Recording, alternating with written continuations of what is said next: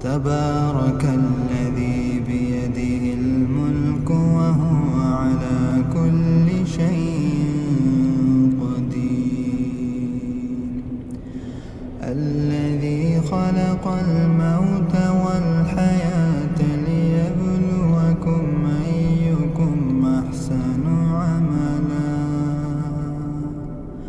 وهو العزيز الغفور.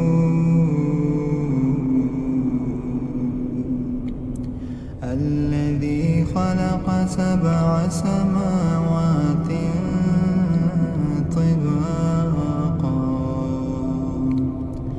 ما ترى في خلق الرحمن من تفاوت فارجع البصر هل ترى من فتور